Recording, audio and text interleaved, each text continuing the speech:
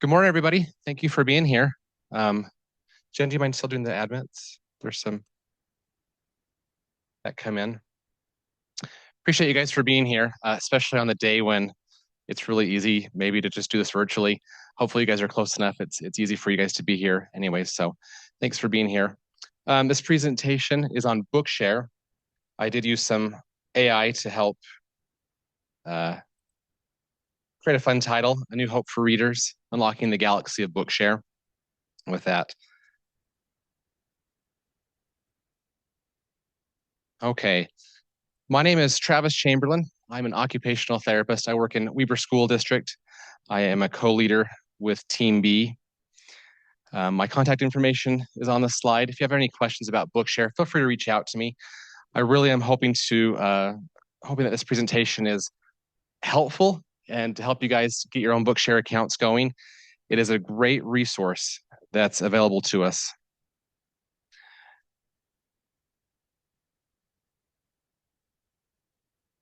Okay, as far as kind of a cosmic map of where we're headed today, here's where I intend to go over the next hour. I'd like to be able to talk about the occupation of reading. As an occupational therapist, kind of have a unique perspective at looking at different things that are meaningful to us in terms of activities. And reading really is an occupation. It's something that provides meaning to us. It's more than just a function of life, and it's something that we do. I'm going to talk about the person behind Bookshare, Jim Fucherman. He has a very interesting story, and he's a good man in terms of using technology to be able to help other people. And I think the story is worth sharing in how he brought about Bookshare. We're going to talk about the Copyright Act amendments of 1996, which basically provides the means for these books to come from publishers and to be available to our students. We'll talk about Bookshare and their website, and then we'll talk about how you as practitioners can help your students get Bookshare accounts. One of my favorite pieces, I guess, from the Star Wars movies is CP3O. He seems to lack some of the social language pieces from time to time. And as I was putting this together, I couldn't think about all my speech paths that will be with me. And so all the different times CPO says, why Master Luke? I'm fluent in over 6 million forms of communication. But yet he senses to miss a lot of those nuanced pieces of communication with that. So in terms of I love being an occupational therapist. I think that OTs have their hands in a lot of other professions as well. There are times where you're trying to separate yourself as an OT from a physical therapist or a speech therapist or a psych. And occupational therapy really kind of tends to be one of those professions that wants to be in everybody's business because as human beings, we do things, we do occupations, and occupations are activities that are meaningful to us. And some of those factors that influence our participation in occupation, yes, they can be physical type skills. And so you'll see the occupational therapist working on motor abilities. But we also see the value in the social interaction with others. And we acknowledge all of the different cognitive pieces that go into completing occupations. So we are in a lot of people's business, but hopefully we are unique in that we're really just trying to help people focus on activities that are meaningful to them. For as much as people think that occupational therapy is just about fine motor or sensory, it's a lot broader than that. We're always trying to help our clients with participation in life. A few years ago, while I was working on my doctorate, I went through and I surveyed the occupational therapy practitioners across the state. In the first part of my research, I threw out a survey out there asking practitioners what it is that they work on in school-based practice. And the results came back, and it was no surprise that the majority of practitioners were working on writing in some way. I think I had all but one person in the survey say that they worked on writing to some degree with students. And that makes sense because of the fine motor pieces on there. 83% of the practitioners across the state said that they were working on dressing or ADLs in some way. 69% said that they worked on social participation. maybe this wasn't a direct goal, but they address social participation as part of their treatment activities and helping students.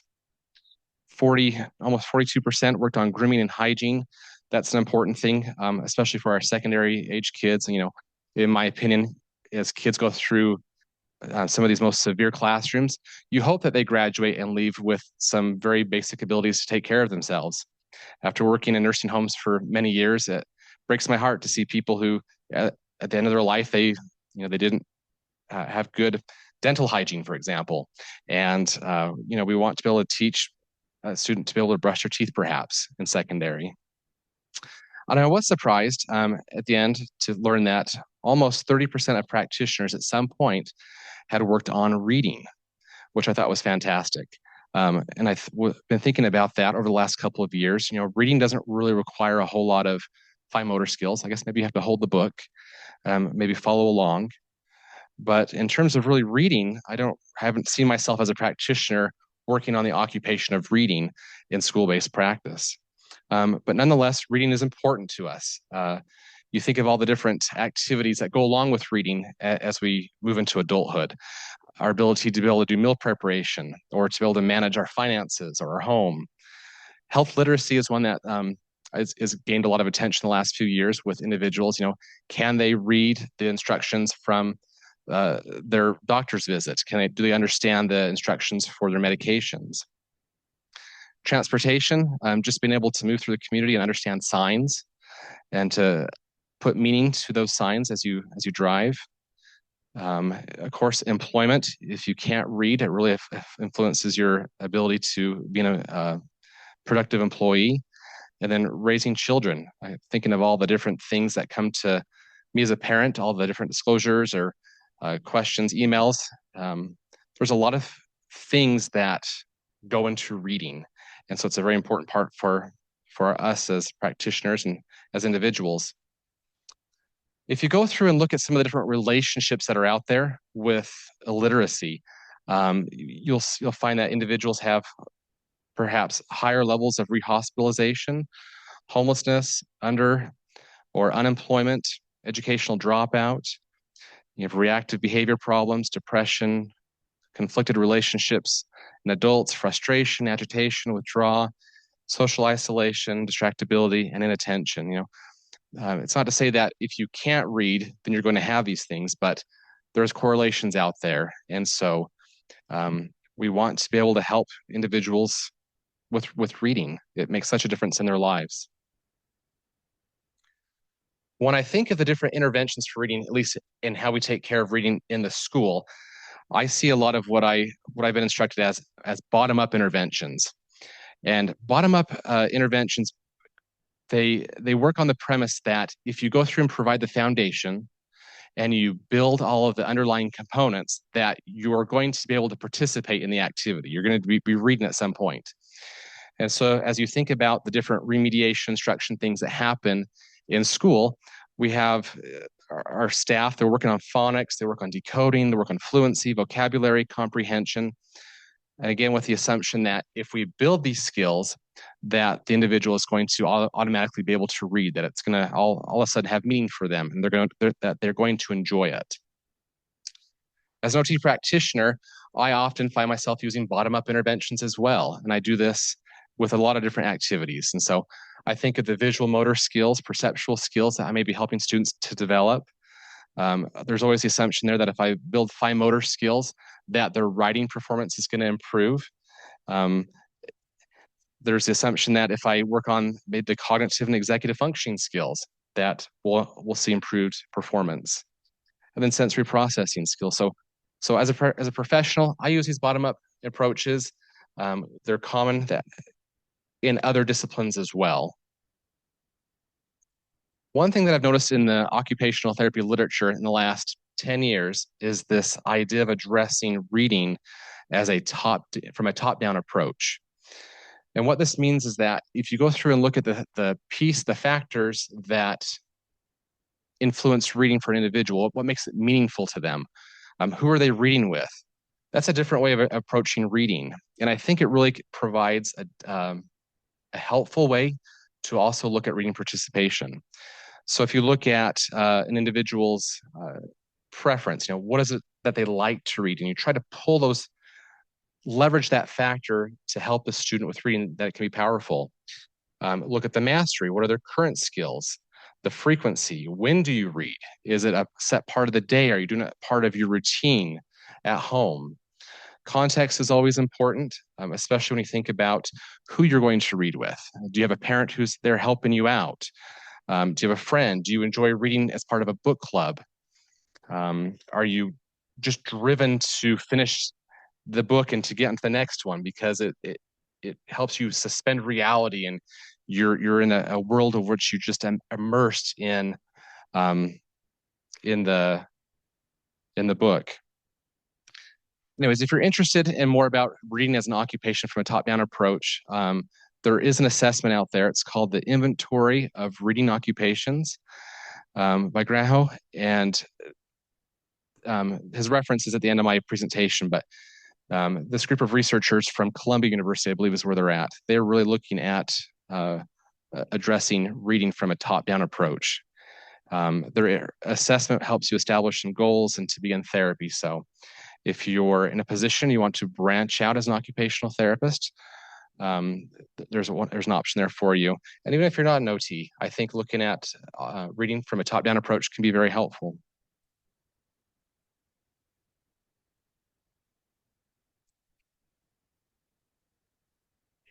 Okay, we're going to transition over to Jim Frucherman. He has a very interesting story. He is the one that's behind Bookshare. In the 1970s, Jim, he was studying engineering at Caltech and Stanford. Computer geek, totally. He's just into it. And during this time, the big thing that they were studying was what was called is pattern recognition. Basically, they would see if they could get cameras to decipher with the software what it is that the picture was coming back to the computer. And this was really a big part of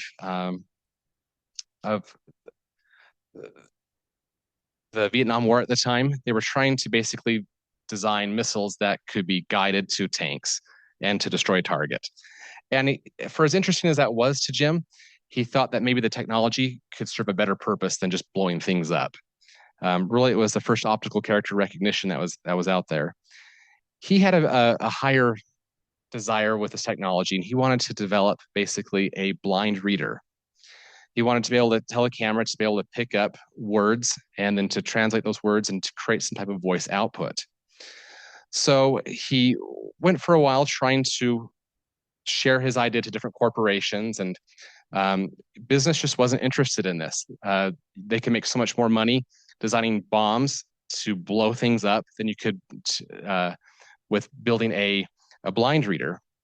So he eventually went through and created a nonprofit company called Benetech, which is short for Beneficence Technologies. And he wanted to really develop software for the social good. His personal ethos developed in a Catholic all-boys high school where the teachers were, quote, living a life of service and giving back. They loved computers and math as much as I did. They were really good role models who could have had more lucrative careers, but they chose education instead. And I hope that speaks to your ethos as well as you think about why you choose to serve those who you do. One of the big hurdles in creating these blind readers was the Copyright Acts. Publishers were not excited to let their materials out there to be accessed. And so in 1996, there was a Copyright Act that came out and says that back in 1996, Congress passed Section 121 of the Copyright Act, known as the Chaffee Amendment. The amendment states that it is not an infringement of copyright if an authorized entity reproduces a book in specialized formats for people with print-related disabilities. These reproductions can be made without purchase of copyright or permission from the author. So in essence, with the Chaffee Amendment in place, Benetech then had a legal means to reproduce books for those who had reading barriers without incurring the copyright cost. This was a huge thing for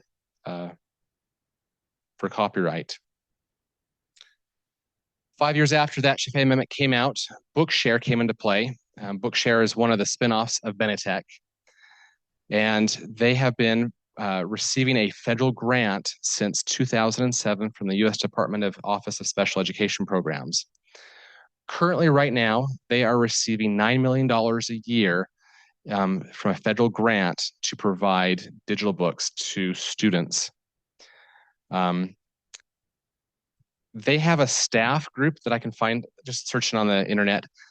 From what I found, they have about 15 staff members who are running Bookshare. I'm sure there's some contractors as well, but you think about $9 million coming into a business with only 15 staff members and some contractors. They are really doing a lot of good with this money to be able to provide the funds out there. And again, it's part of their story. Currently, Bookshare, they have 1.4 million books that are available to students who meet eligibility. These books include bestsellers, award winners, textbooks, study guides. They currently serve almost 1 million students. From Bookshare's perspective, they believe that about 5% of the student population should be eligible for the books. The grant makes it free for schools. Okay, we're already using our tax funds for this. It's been paid for, so why not use it? What's fun is that the Copyright Act also applies to adults as well. And so there are adults who can access books through Bookshare if they meet that eligibility criteria, which I will cover here in a moment. But the fee for adults is $80 a year to be able to have access to these digital books. Here's some examples that come from the Bookshare website, just to show you what's out there. You got the Harry Potter book, Great Expectations. This one on the top left, this is a history book that just came out last year. So you have textbooks out there. Wonder, The Book Thief, your Percy Jackson books, classics, Velveteen Rabbit, Hatchet. There are different categories of books as well if you want to look for categories. So your accelerated readers, they're available on Bookshare. Your Lexile list, your leveled readers, they're all there. There are books as well from NIMAC. And so as part of special education law, we have to provide alternative formats of books for kids to begin with. And so that's why the National Instructional Materials Accessibility Center exists, and we have one here in Utah as well. For students who are on Bookshare, they can actually access another set of books called from the NIMAC, which is super helpful. So you just, as you put a student into Bookshare, say, hey, they are in special ed. It's going to open up a whole another category of books for them as well. If the student is not in special ed and they are on Bookshare, which that can happen, then they do not get that subset of the NIMAC books. Let's just talk for a moment just to cover, what is a digital book? So you think of a traditional book and it's converted in some way to a digital medium. So this could be through a text to speech, it could be Braille, it could be a large print. The formats of these books, they come in different formats. Could be the EPUB, which you use a Kindle for. It could be the DAISY, the Digital Accessibility Information System. Could be a BRF, which is a Braille file. Could be MP3, a sound file, or even through a Microsoft Word document. You can get these books that way too.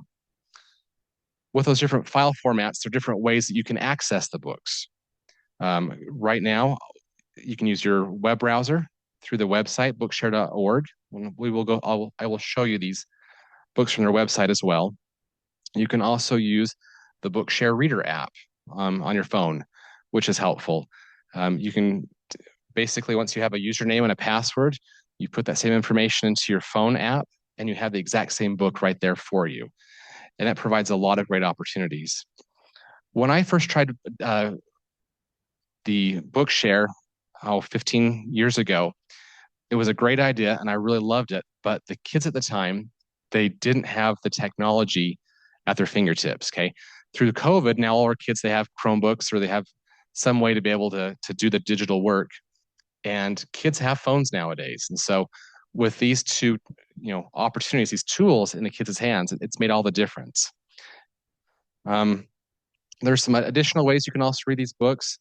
In our district, in Weber District, we use Google Read and Write a lot within the Google Suite.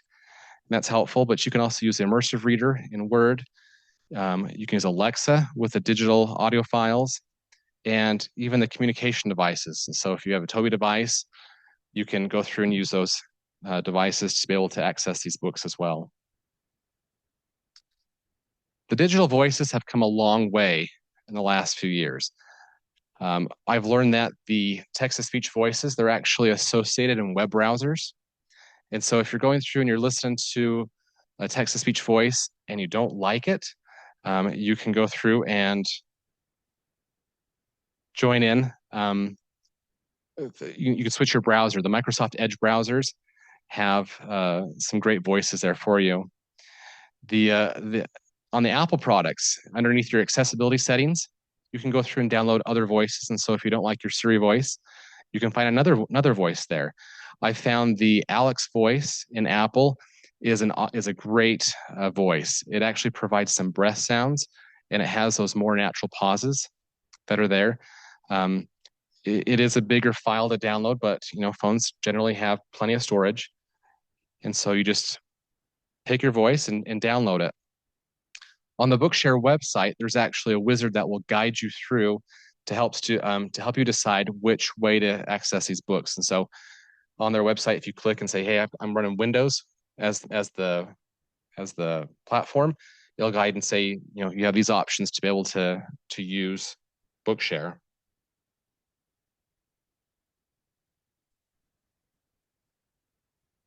So let's talk for a moment about actually who is eligible for Bookshare. The decision is completely based on copyright law, not IDEA. And so this is a huge thing, which I'm really trying to push out to people, let them know, is that you do not have to be in special ed to access Bookshare. You do not have to have an IEP. You do not have to have a 504. Again, because the digital books come about from the Copyright Act, it is all based on what the copyright law says and not IDEA. That doesn't mean that students who are in special ed that they can access it, because they absolutely, most of them should be able to, based on their criteria. So from the Bookshare website, it says that Bookshare is for students who find it difficult to process or comprehend printed words, see text in books or on a screen, or physically manage books or reading devices. So there are essentially three categories which can enable eligibility for Bookshare. One of them is the physical limitation. If you can't hold the book, you can't use this the screen in some way, then you can be eligible for a digital book. The second category is a visual limitation. So if your perceptual skills aren't there, if you have some dyslexia going on, if you're not able to see it because of a visual limitation in some way, then you can have access to the digital book. And the third one is a processing limitation. If for some reason you are not able to understand the book in the way that other students should, then you have access to the digital book. So I think of all those kids with, maybe they read well, but their comprehension's low. Okay, that is enough to be able to provide eligibility for Bookshare. A teacher, a librarian, a related service provider, they are the ones that make this determination. You are basically using your professional opinion. You do not have to submit any documentation for students. This is a huge thing that's changed in the last 15 years. 15 years ago, I had to go through and sign a form that said, yes, the student meets qualification under this category. Bookshare really doesn't care, to be honest. In talking with the individuals there at Bookshare, there's not a police force that's going to come out and audit you. They don't have the time or the desire to do that. They really want to provide these digital books and to make them accessible for you. So, for myself, I was really apprehensive at first about downloading books. I'm like, I don't want to go to jail if I make the wrong determination. It's not there. That's not the way it's set up. So they do have some ways to prevent people from abusing Bookshare, by limiting how many downloads you can have. And so, if you're thinking you're going to go through and use these digital books and start making money off of it, it's not going to happen. They're going to catch you. But for just helping a student here, student there, you're going to be okay, especially where they're saying 5% of the student population is eligible for this. So let's talk about actually setting up Bookshare accounts for schools. Um, there are a couple different ways that Bookshare can help you set up an account for a school. One, you can go through and set up a district-wide account, which I would not recommend, but that is an option there. If you have a smaller district, maybe that's something you want to do. The second way is to set up a Bookshare account for each of your schools, and that is what I would recommend for you. And the reason is because underneath each of your Bookshare accounts, the sponsors or the teachers are going to be able to see which students are receiving books. And so for confidentiality purposes, I think it's worthwhile to just create a Bookshare account within each school.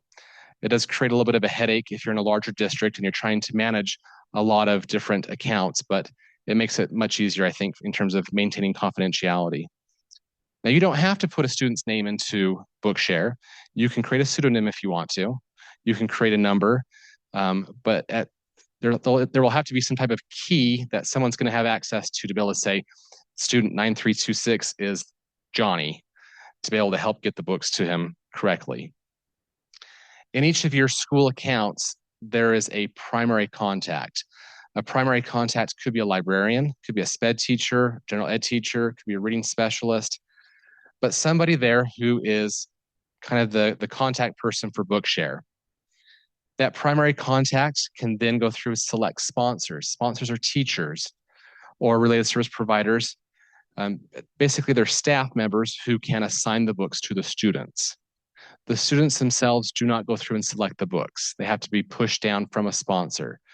But once you select a sponsor and a student, it's really easy to push the book to them. And I will show you how to do that here in a little bit. There's no fee because of the grant, again, which is there. There's some different ways that you may want to start thinking about how you're going to use Bookshare in your schools. Maybe it is just for one individual who needs that digital book to help them out. And in the picture here on the top, I've actually found that it's nice to be able to have the book open so you can read along visually if you can. At the same time, you can listen to the book. Okay, we can use our different sensory systems together to be able to learn the information. That's been super helpful for me as I've tried some of these digital books just to be able to increase my comprehension. Another scenario, the picture on the bottom right, is to think about some small group instruction. Maybe you have a tier 2 group that's working together and you have the digital book out with your students, and you maybe for a moment you have the students read on their own, then you have them read together as a group, then you listen to the book for a moment and check on comprehension that way. And then another means to implement Bookshare is to go more of a class-wide approach. This is great if you have a specific special education class where your kids are using where they would all be eligible for the book. I did mention that Bookshare is available for adults. This has been really helpful for me as I not only work in education, but I also work in the healthcare field. It's been nice to be able to say that, hey, these digital books are out there. In the bottom right picture, I think of individuals who are, cognitively all there, perhaps for going to university or doing some other training, and they need access to a digital book because they physically can't hold it. For $80 a year, wouldn't that be awesome to have gotten our textbooks for like $80 a year? That'd have been fantastic. But yeah, that is reality there for individuals. If you have a cognitive limitation, you've moved beyond your post-high program, and you still want to push reading, these kids can still have access to Bookshare. They create an individual account, and they're able to keep it going throughout their lives. For myself, as I think about getting older, one day perhaps I'll be in assisted living or retirement center or something, and physically unable to do the reading in the same way that I enjoy now. So I look forward to being able to use Bookshare as an adult. I intend to do it. Again, it's something that's meaningful to me, and I really enjoy that. Great questions. Can a parent create an account for a child? The answer is yes. So once the school goes through and deems that a student is eligible for Bookshare, there is an option within that student's account to go through and say, I want to create an individual account. At that point, parents can start pushing some books to their kids as well, or the kids can jump on there and start pushing books to themselves. So yeah, that is an option as well for that. Great question.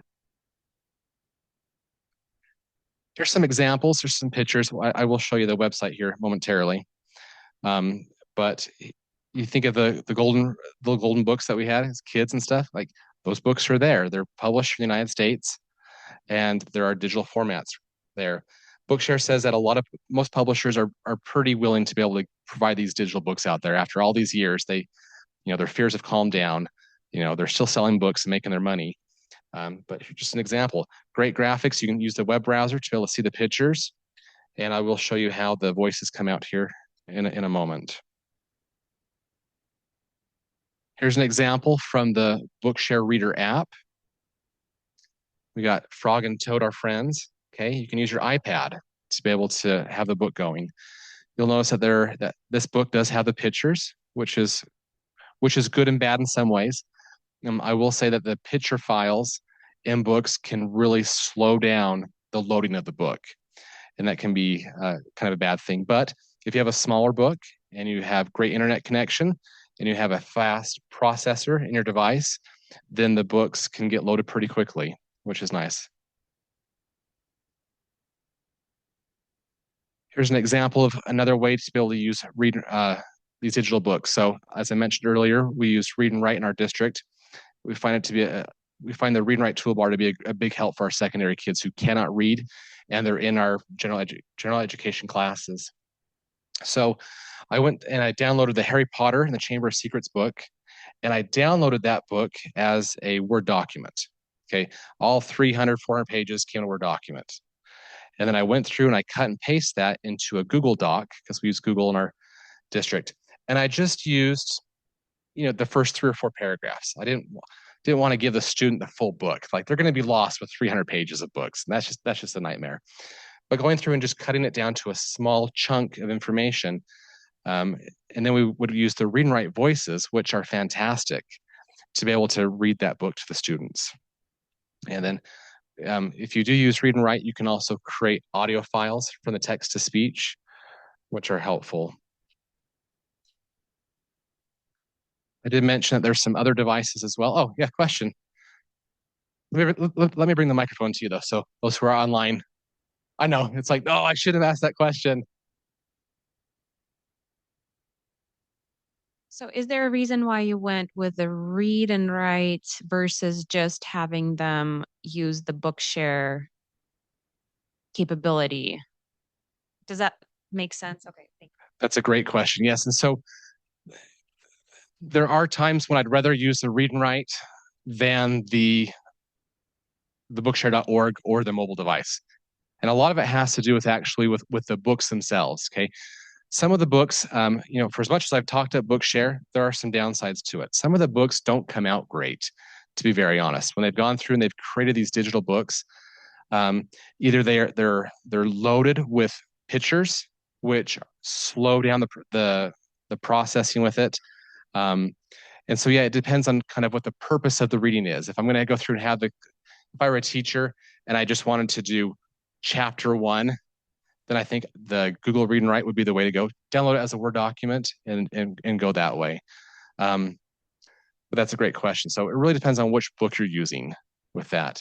And I do have some books that I've downloaded that didn't come out right, and I'll show those to you as well, so that I can try to show a balanced approach on what's good and not great with the digital books. I did mention that you can download the audio file. So your Alexa, for example, could read a digital book to you. Your AAC devices can. Dolphin Reader is another app that I've seen with some students who have come to my district with these digital books already. I like Dolphin Reader as opposed to the Bookshare Reader in some instances. In some ways, I don't. And so just know that there are some secondary apps out there that can access these digital files that you can download from Bookshare, and you can use those if it's the preference of the student, if they like that Dolphin Reader better. You can look at that. The EPUB readers, yes. And I mentioned the Microsoft Edge browser. which I've been told has the best voices out there. So, those options. I like this picture. Back to Jim. He said that technology must serve all of humanity. And I think that what he's trying to create through Bookshare has really met that objective. He's trying to really just provide access to this information. And by making the books in a digital format, he's making it so that all of us can access the books equally with that. I'm going to break away from this presentation piece and take you to the Bookshare website.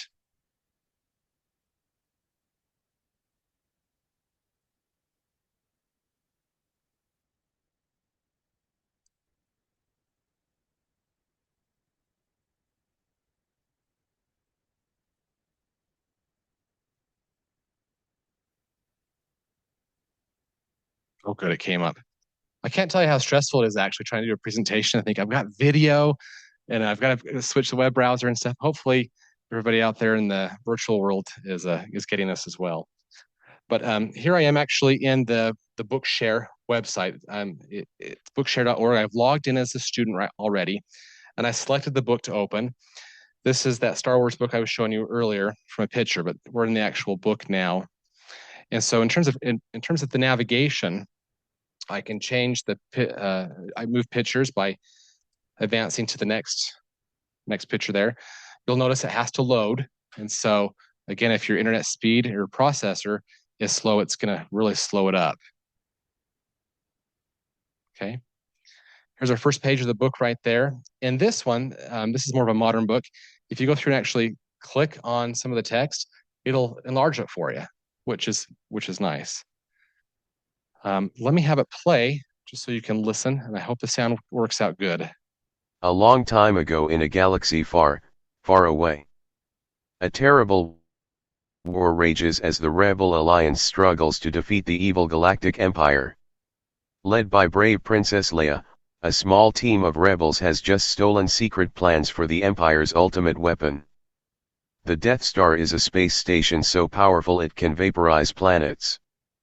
But as the rebels try to escape, an Imperial Star Destroyer captures them. A terrible war rages as... Okay. We've come a long way in the voices, especially from those early computer Microsoft SAM, like those were hard voices to be able to follow.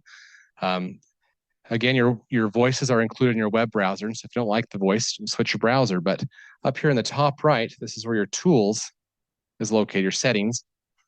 It's very basic in terms of the settings. You can adjust your audio speed. That was a normal speed, but you could make it faster or slower. You can go through and start playing with the text sizes. You can mess with the font.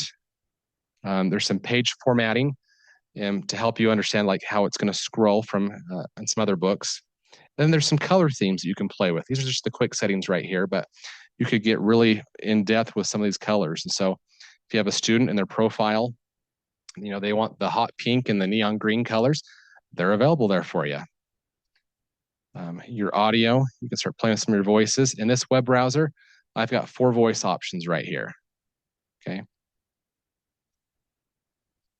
Let me show you guys another book. So I'm going to come out of this one. I'm in a student account right now. I've wittingly named my student Sandbox. But these are all the different books that that a sponsor, a teacher has pushed to the student. So these are all the ones that are available to us. Let's look at Charlotte's Web. Just from the web browser, I can open it up. Okay. Down here on the bottom left, this is my navigation tool right here. I can go through and I can jump to a chapter. Okay. Charlotte's Web is a nice, easy book, I think, for Bookshare to use because there's not a lot of pictures. I can go through and I can grab that text and I can cut and paste it over to a Word document or a Google Doc if I wanted, which is super helpful. Let's listen to this one. 3. Escape. The barn was very large. It was very old. It smelled of hay and it smelled of manure. It smelled... Okay. We'll play some of the settings here just to show you. So let's go with a larger print. Let me slow the voice down. Yeah, we changed the voice too. Audio, go for Microsoft David. Should we go with a UK English mail? We'll try that.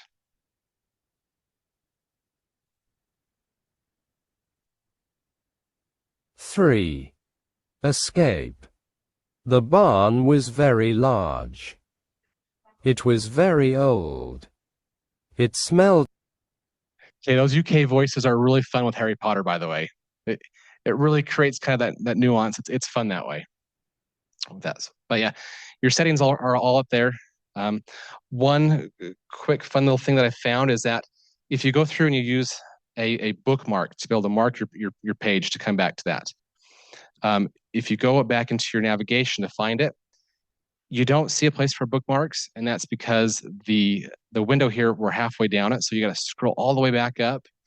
Then you can find your bookmarks. Okay, that was a really helpful thing for me. I'm like, where's the bookmark? I know I placed it in there. So that's one thing I did notice, just back there in the navigation. Scroll back up and you can find that. You can also jump to just a page number. That's helpful if you have the actual book with you and you're on page 284. Type it in. You can get there pretty quick. Okay, so there's an example of a good book that was done well.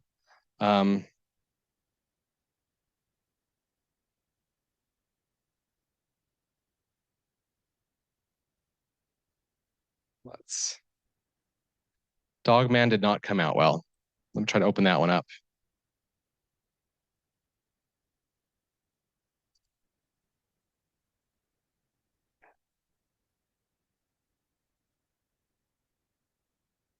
Yeah, so I loaded the first the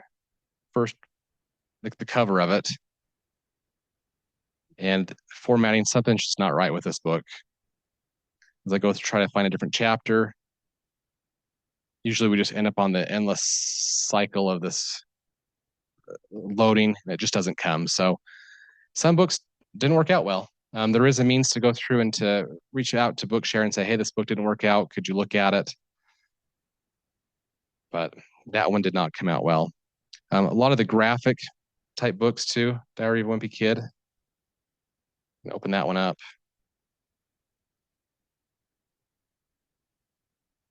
Here in this book, instead of putting the actual images in, they've gone through and they've done a bracket there, and they've described the image of what that looks like. So, if you have it go through and do the text to speech, it'll just read image, a cartoon showing children there. So maybe if you really want this book, maybe you decide to cut and paste the content, put that into your Google Doc, and then use it that way.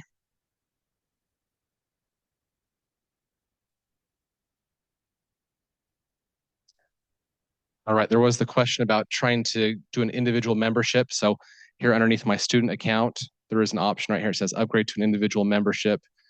Basically, you click onto that. There's another link. The information is all automatically kind of pre-positioned into this form. And basically, parents go through and put in their email address to have access to it. There is a default checkbox checked, which says allow teachers or staff at my school or district to manage my account. If a parent deselects that, they could like completely sabotage you and just take the student from you, which hopefully that wouldn't happen, but it has happened. So just be aware of that with that potential.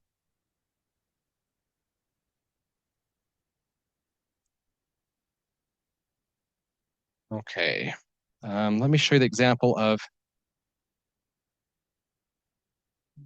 this from Read and Write.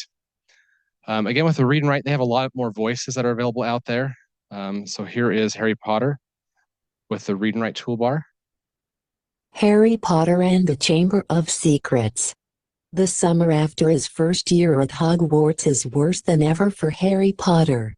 The Dursleys of Privet Drive reach new lows of malevolent prissiness. And just when Harry thinks the endless vacation is over, a neurotic house elf Okay, so one thing I like about the Google Read and Write is it seems to be able to pronounce some of those more distinct words more correctly, right? The Dursleys, Privet Drive, Dobby, all those words are being pronounced correctly, which is really helpful. Sometimes in the Bookshare website, their text-to-speech engine, it's not picking up on those words. There's also some other settings, like if you do a year, 1776, it may come through like 1776, and that really kind of throws you off as you're reading the book. So, with that option. All right, I'm going to transition over to another video. This is we're going to go to YouTube. This is an interview with Jim as about 15 years ago as he was starting this Bookshare. Kind of a nice way to wrap this presentation up.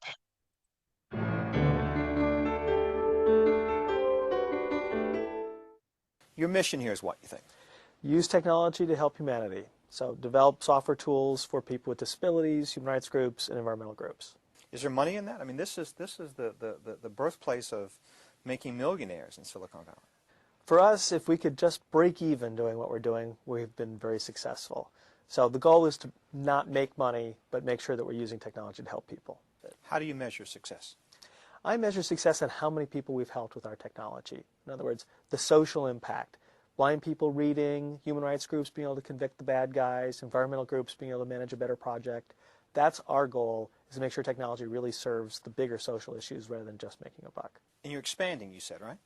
Yeah, well, we used to do one thing. We used to make reading machines for the blind, and now we're up to 6 different projects. Helping blind people still, that's still one of our core areas of effort, but also helping people with developmental disabilities, helping human rights groups, both large and small, environmental groups, and we've even just started a project to do a humanitarian landmine detector to help people who are moving landmines be more effective. Now, your work with the blind, what's that called, and what are you doing there? Our help with the blind is all around book access and newspaper access. How can, for work, for education, for personal interest, can a blind person have just the same access to books and newspapers that sighted people have? And so we started that by making reading machines where blind people could scan the books.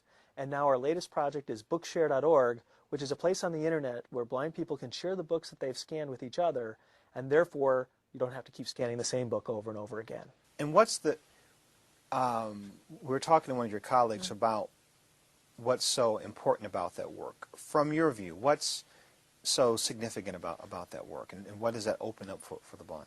Well, I think disabled people don't have a very even shot at life. And so as a tool maker, I want to give them the kind of tools that offset the disadvantages that a disability like blindness have.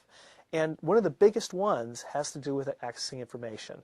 If you can't get access to the books that you need to read to get through school, you're not going to do as well in school. If you can't read the books you need to get your promotion at work, you're not going to get that promotion. And so we can kind of put our finger on the balance and just help blind people help themselves by providing the technology that makes it possible for them to do those things just like everybody else. Opens a door for them. Absolutely. Now, you said tool maker. Now, there's another word I hear used about you these days, genius. How do you like that one? Yeah, my wife just rolled her eyes when she heard that one. As it relates to Bookshare, what's been the most rewarding for you? Oh, I mean, we get these great emails from our users, you know. All my life I've wanted to be able to read books, and now I can, you know.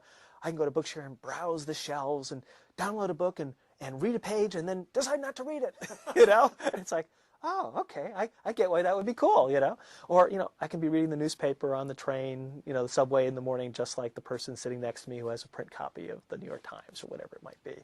So it's that sort of, you know, I can do these things that makes me feel good that we've created a way that they can do those things without needing help, right? Instead, here's a tool, go out and do it yourself. Right, be part of the mainstream. Yeah.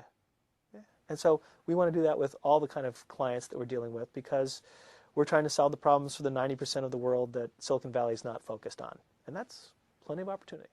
Now, I've counted. You used the word geek 17 times since I met you. Oh, yeah. You used it like it's a badge of honor. It is a badge of honor to be a geek. I mean, you know, geeks love technology for its own sake, and we like to solve problems. And that's the way I got started. I didn't start out wanting to become a Silicon Valley entrepreneur. I wanted to figure things out and make things work.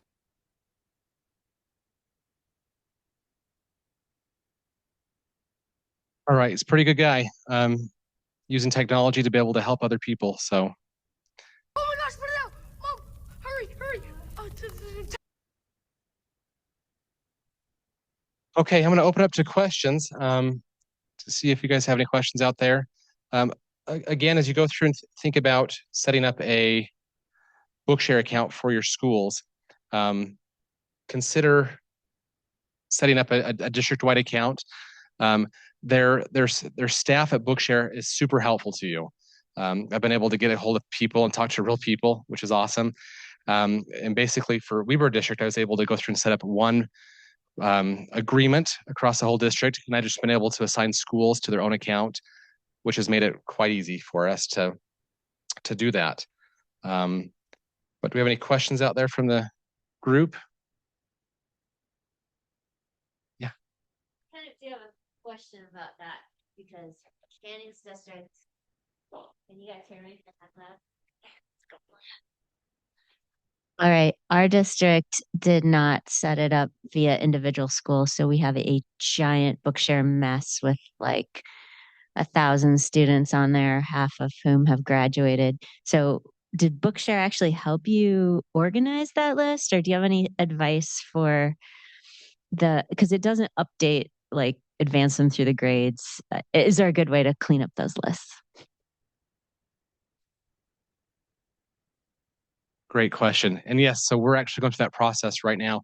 So each Bookshare would like whoever the account holder is each year to go through and to purge their records and to get those kids off who are no longer there at that school. It's a matter of checking a box and saying, yep, they're done, and they come off that way. Same thing with teachers who are sponsors, right? If teachers move different locations, you want to kick them off as well. When I went through and set up my account this last summer with Weber District, we had to reconcile that there were 10 accounts already out there. And so what we did is we just brought those accounts underneath our district account. It was really easy to do, actually. They did it on their side. I had to verify who the key person was at each school, make sure that they had access to the Bookshare. And then each school could go through and clean up their records the way they needed to. So really, it's quite a painful process in the long run. So yeah. Yep. Okay. Any other questions, thoughts? Okay. Thank you guys for your time. Thanks for being here and your interest in Bookshare.